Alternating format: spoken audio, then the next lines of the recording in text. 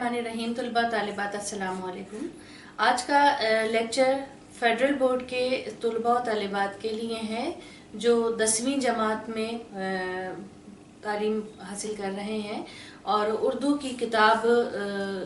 की उनकी एक गज़ल आज का हमारा मौजू है। तो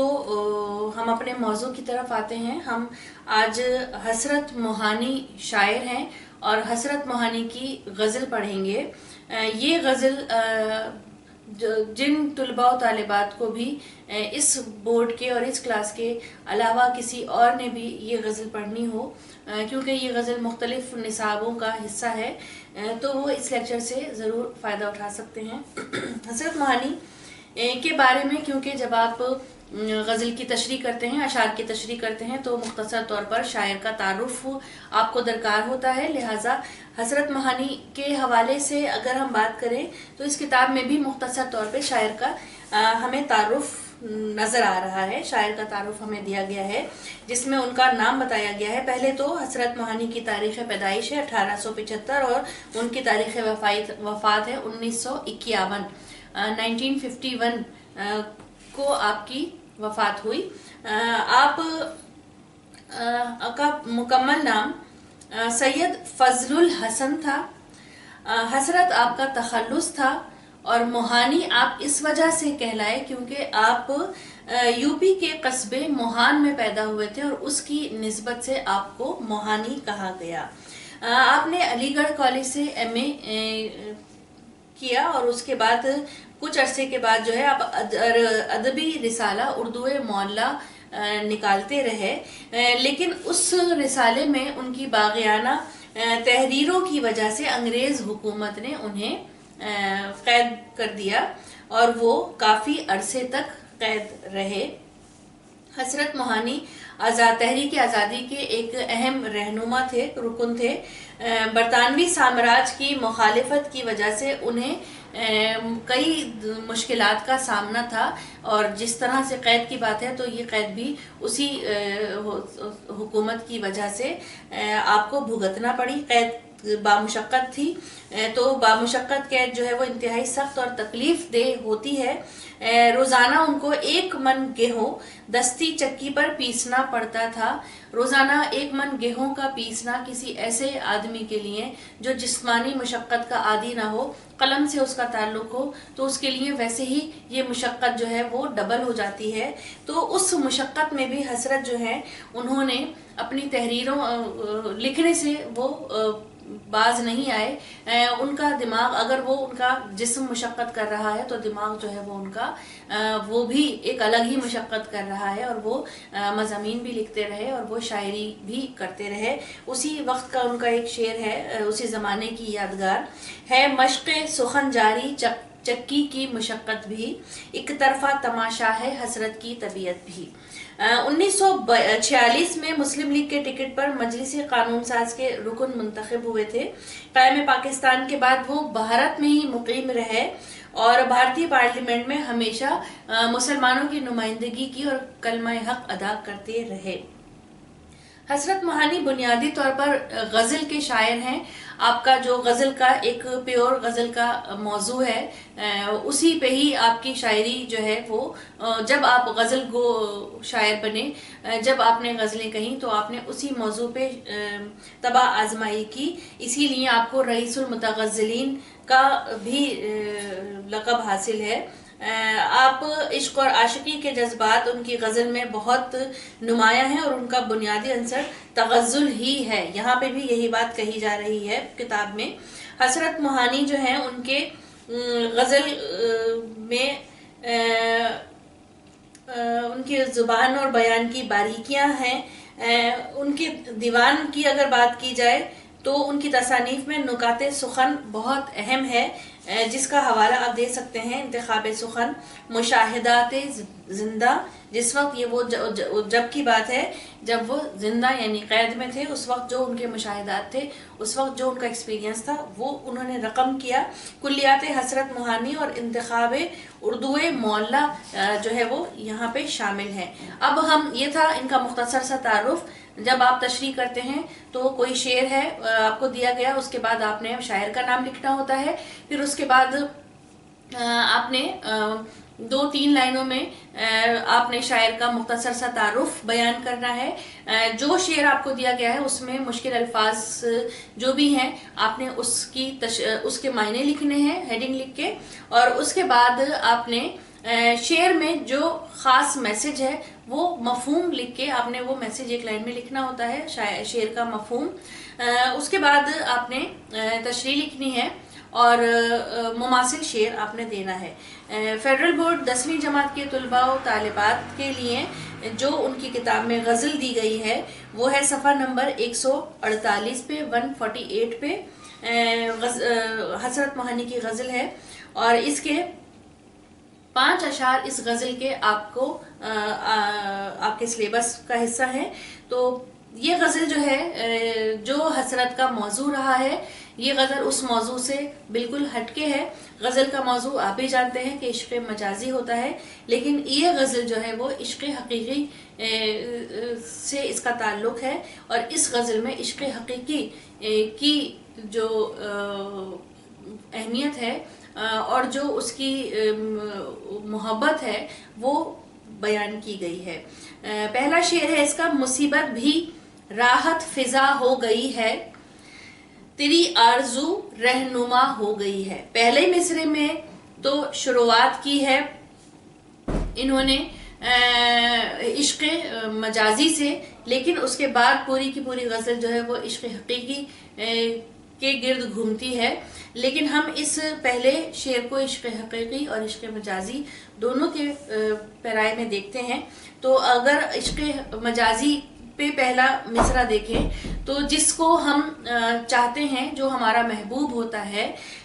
جو ہمارا نور نظر ہوتا ہے, اس کو پانا ہی یہ زندگی کی سب سے بڑی خواہش بن جاتی ہے. دعا کے لیے جب بھی ہاتھ اٹھتے ہیں ہمیشہ وہی چیز مانگی جاتی ہے رب سے جو دل کے نہایت قریب ہوتی ہے اور جو آپ کو میسر نہیں ہوتی ہے. اللہ سے وہی چیز مانگنے کی جستجو اور آرزو اور دعائیں جو ہیں وہ اسی چیز کو مانگنے میں ہی ہماری صرف ہوتی ہیں, اور ہمارے ذہن پہ, ہمارے دل میں ہر وقت اسی چیز کا خیال ہوتا ہے. اب دنیاوی محبوب ہے اگر, تو وہ اتنا محبوب ہو گیا ہے کہ دعاؤں میں اس کو مانگا جا رہا ہے. تو جب وہ نہیں مل رہا اور محبوب کی جو محبت ہے, اس کو پانے کی جو طلب ہے, تڑپ ہے, وہ بڑھتی جا رہی ہے, تو پھر اللہ سے, پروردگار سے اس کو مانگنے کی جستجو بھی بڑھتی جا رہی ہے. اب یہاں پہ یہ کیا کہتے ہیں کہ دنیا کا محبوب جو ہے جب اس کی طلب بڑھ رہی ہے, جب اس کی محبت بڑھ رہی ہے, تو پھر اس کو مانگنے کے لیے جس کو پکارا جا رہا ہے, جس ہستی کو پکارا جا رہا ہے, جو ہمیں ہر چیز دینے والا ہے, اگر دعاؤں میں اس سے اپنے دنیا کے محبوب کو مانگا جا رہا ہے اور ہم اس راستے پہ چل پڑے ہیں, تو اس کا مطلب یہ ہوا کہ دنیا کا محبوب جو ہے یا یہ محبت جو ہے, یہ محبت اصل محبوب سے ملانے کا ایک ذریعہ بن گئی ہے. ہمارا اصل محبوب تو ہمارا رب ہے,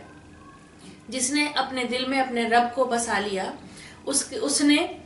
اپنی آخرت کو سنوار لیا. تو اب دنیا کے محبوب نے ایک طرح سے ان کو اپنا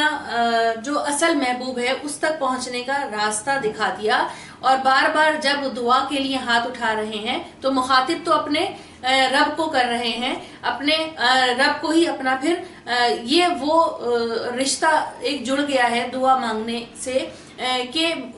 اس کو راضی کرنے کے لیے کہ مجھے دعا میں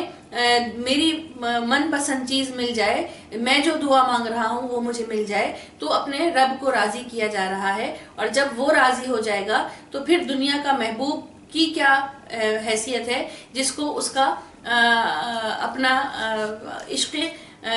حقیقی مل جائے, جس کے دل میں اس کا رب بس جائے, تو پھر اس کے دل میں کوئی دنیاوی چیز کوئی حیثیت نہیں رکھتی. تو یہاں پہ شاعر یہ کہتے ہیں کہ दुनिया का जो महबूब है उससे इश्क का इतना ज़्यादा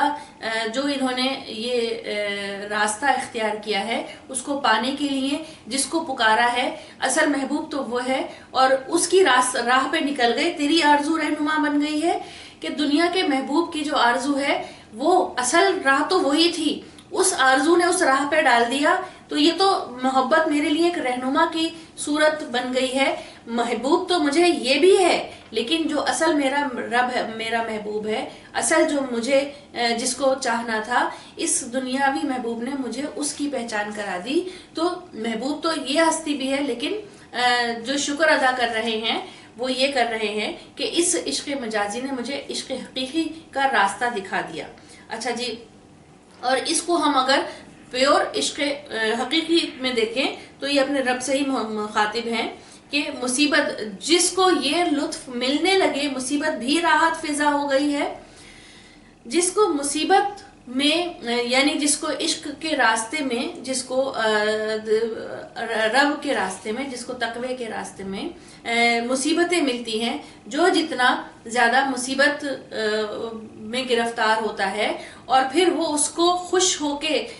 उस पे सब्र और शुक्र करता है, उसको खुश होके उस मुसीबत को झेलता है, तो और उसको ऐसा महसूस होता है कि जितनी ज़्यादा मुझ पर ये मुसीबत पड़ेगी, जितना ज़्यादा मैं गम का सामना करूँगा,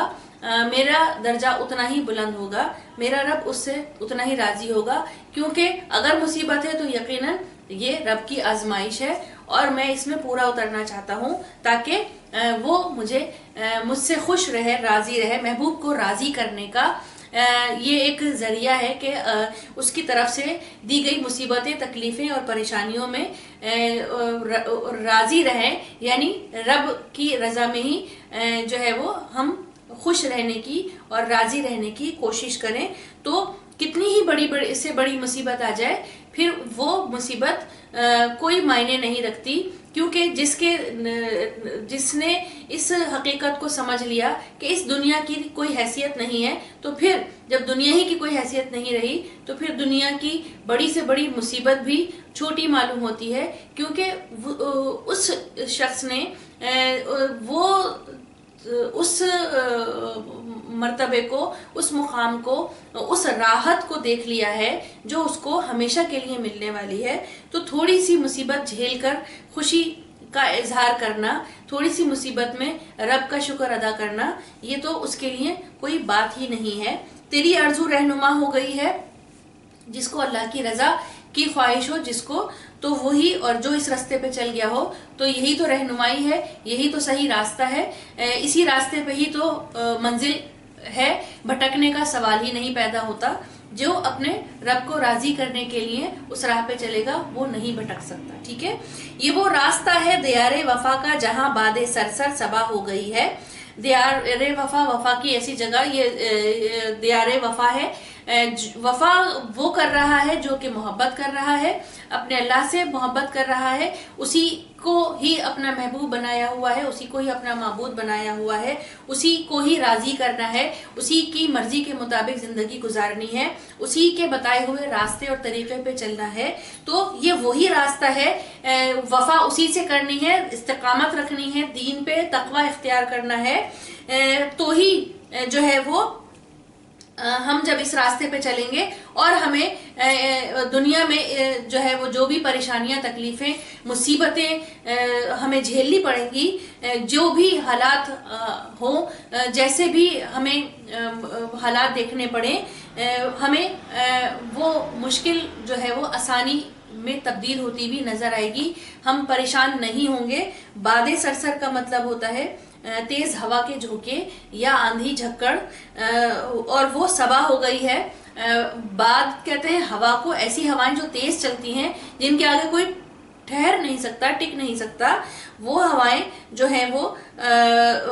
और ये हवाएं जो हैं ये मुसीबतों की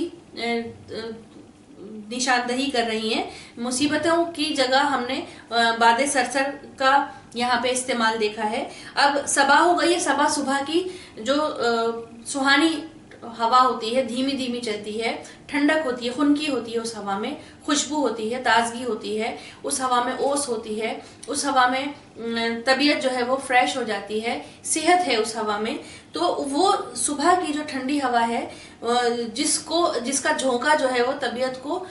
बिल्कुल हशाश बशाश कर देता है। तो जब बादे सरसर जो है वो जो इस रास्ते पे चलेगा उसको ये बादे सरसर जो है वो सबा की मानिंद मालूम होगी, यानी ये तूफानी झक्कड़ जो है उसे वो ऐसी राहत देने वाली ठंडी हवा मालूम होंगे जो दिल को, रूह तक को तरोताज़ा कर देती हैं, सुकून बख्शती हैं, फरहत बख्शती हैं। तीसरा शेर है इसका, मैं दरमांदा उस बारगाहे अता का गुनहगार हूँ, एक खता हो गई है। अब यहाँ पे ये कहते हैं कि मैं जो हूँ वो गुनहगार बंदा हूँ, मैं किस तरह से अपने रब का सामना करूं, मैं किस मुंह से उसके हुजूर जाऊं। मैं ये अब अपने महबूब का जो मर्तबा है वो उसकी बड़ाई बयान कर रहे हैं कि मैं एक गुनहगार सा बंदा हूं, मैं किस तरह से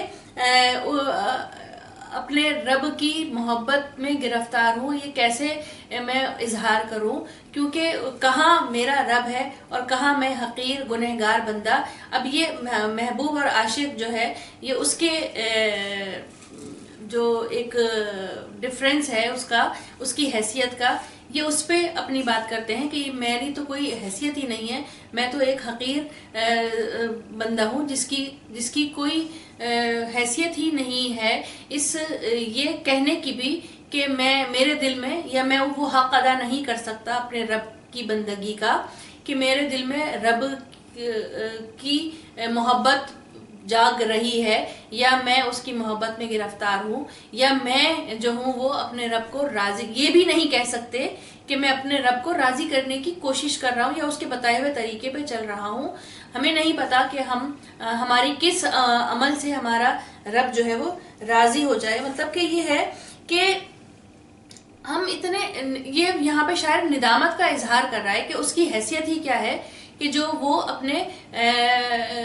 रब के लिए अपने अल्लाह के बताए हुए तरीकों पे अमल करके ये जताने की भी कोशिश करे कि मैंने ये काम किया या मुझे इसका सिला मिलना चाहिए, मैं इतना गुनहगार सा बंदा हूँ, लेकिन मेरा रब जो है वो मेरी गलतियों को, मेरी कोताहियों को वो माफ़ कर देता है, वो दरगुजर कर देता है, वो मेरी सिर्फ नियत पे ही, वो मेरी नेकी की नियत पे ही मुझे बख्श देता है। मेरे रब की क्या शान है, और उसकी शान बयान करते हुए वो अपने खुद को बहुत हकीर बयान कर रहे हैं, और वो ये कहते हैं कि मेरी गुनाहों से, मेरी खताओं से मेरा रब हमेशा पर्दा पोशी करता है, और ये भी इसमें इनका ख्याल है कि वो हमेशा ऐसा ही करेगा, और वो जिंदगी में भी, दुनिया में भी मुझ पे करम करेगा, और वो दुनिया के बाद भी, आखिरत में भी, हमेशा की ज़िंदगी में भी मुझ पे इसी तरह से करम और नवाजिश करता रहेगा और मेरी पर्दापोशी करेगा। तेरे रुतबदाने मोहब्बत की हालत तेरी शौक में क्या से क्या हो गई है। अब यहाँ पे इस शेर में शायर जो है वो यही बयान कर रहे हैं कि आशिक जो है वो अल्लाह ताला की रज़ा के लिए इश्क और मोहब्बत की मनाजिल तय करना चाहता है तो अपनी ज़ाहिरी हालत और कैफियत से वो बेपरवाह हो जाता है। तेरे रुतबदाने मोहब्बत की हालत, यहाँ पे अब ये अपनी जो ज़ाहिरी हालत है उसका बयान कर रहे हैं। तो एक इनकी अंदरूनी कैफियत थी कि ये एक गुनहगार की हैसियत इन्होंने अपने आप को बताई। अब ये ज़ाहिरी कैफियत भी बता रहे हैं कि ना अंदरूनी कैफियत से ना बैरूनी कैफियत से ये किसी तौर पर भी जो है वो लायक नहीं है कि इनके ज़ुबान पे ये उस ज़ुबान से अल्लाह के पाक नाम को अदा भी करते हैं, लेकिन उसकी शान कि वो इनको हर तरह से माफ़ करता है, इनके गुनाहों पे पर्दा डालता है और वो अपने बंदे की सिर्फ नियत पे ही उसको अजर दे देता है। लेकिन हमारा जो काम है वो मुसलसल उसको राज़ी करना, उससे मोहब्बत और अक़ीदत का इजहार करना है, हमें अपने रब को खुश करना है। ठीक है, हमारी जो आरजू है, हमारी जो तमन्ना है وہ اپنے رب کے کو راضی کرنے میں ہی ہماری زندگی بسر ہو، یہی ہماری آرزو ہے، یہی تمنا ہے، اور اسی رضا میں، اسی آرزو میں، اسی تمنا میں، اسی محبت میں یہ اپنے جو ان کا ظاہری جو ان کا لبادہ ہے، جو ان کا حلیہ ہے، جو ان کی حالت ہے، یہ بد سے بدتر ہوتی جا رہی ہے اپنے اس جب ان کے اوپر دنیا کی، کیونکہ جب محبوب کے راستے پہ چل پڑے ہیں، جب رب کے راستے پہ چل پڑے ہیں، جب ان کو دنیا کی حیثیت اور اس کی ویلیو معلوم ہوئی ہے، تو پھر دنیا کی چیزوں سے ان کو نفرت ہو گئی ہے، اور ان میں ان کا دل نہیں لگتا، اور انہوں نے بزرگی اور پیری اختیار کر لی ہے، تو وہی حلیہ درویشوں والا ہے۔ تو اسی حلیے کی طرف یہ بیان کرتے ہیں کہ جس سے کے دل میں دنیا کی محبت نہیں ہوگی، وہ دنیا والوں کو خوش کرنے کے لیے اپنا حلیہ بھی ویسا نہیں بنائے گا، وہ سادگی میں ہی اپنی زندگی بسر کرے گا۔ ظاہری جو ہے وہ تبدیلی حالت، مطلب پہلے دل میں دنیاوی محبوب تھا، تو اس کو خوش کرنے کے لیے اس کی نظر میں جچیں، اس کے جیسا حال بنایا ہوا تھا، تو ظاہری حالت کے اوپر توجہ دیتے تھے، لیکن جس کو دل کا حال معلوم ہو، جس کو نیت چاہیے ہو، تو اور جس کو ظاہری جو ہے وہ حال سے کوئی پرواہ نہیں، اگر وہ محبوب ہے تو پھر اپنی دل کو صاف کرنا زیادہ ضروری ہے، نہ کہ اپنے ظاہری حال کو